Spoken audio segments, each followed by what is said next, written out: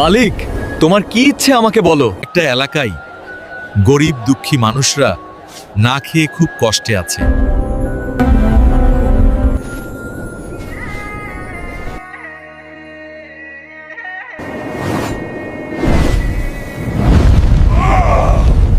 মালিক, তোমার কি ইচ্ছে আমাকে বলো। আমাকে একটা সোনা হীরার গুহায় নিয়ে চলো।